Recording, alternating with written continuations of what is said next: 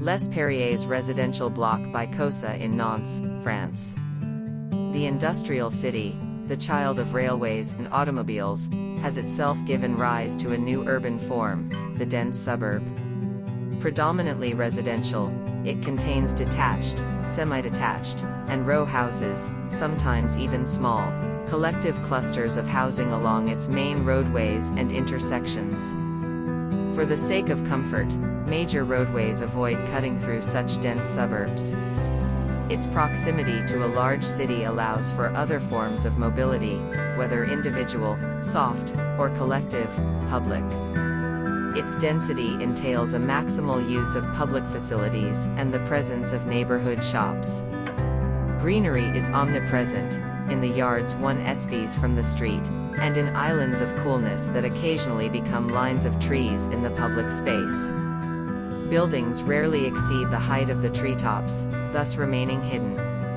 The small, single-owner parcels facilitate densification and favor a rapid evolution in the buildings, hence, accelerating the historical stratification of the built environment.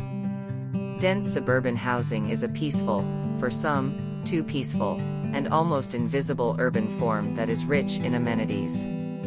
Its resilience has become highly relevant to the changes that people now expect of major metropolises. These are the qualities that we sought to highlight in our reconstruction of a 1950s-era housing complex that was reaching the end of its useful life. The result of a consolidation of several parcels, these units optimized production processes, but they also created a gaping hole in the dense, surrounding housing.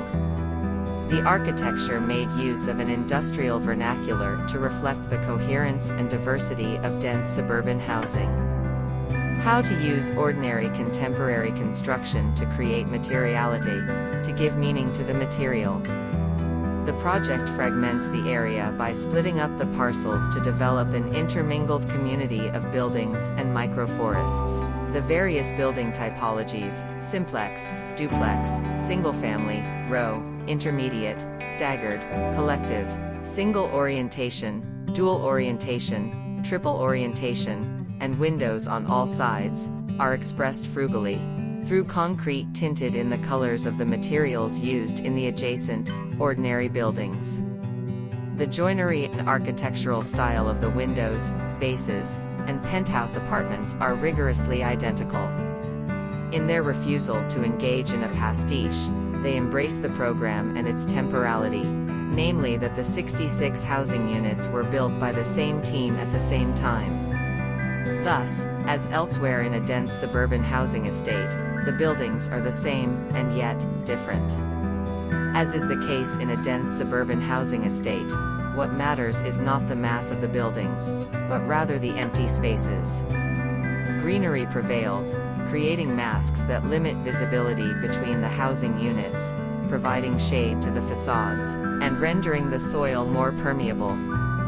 It tempts one to ask, who was there first, the human beings or nature?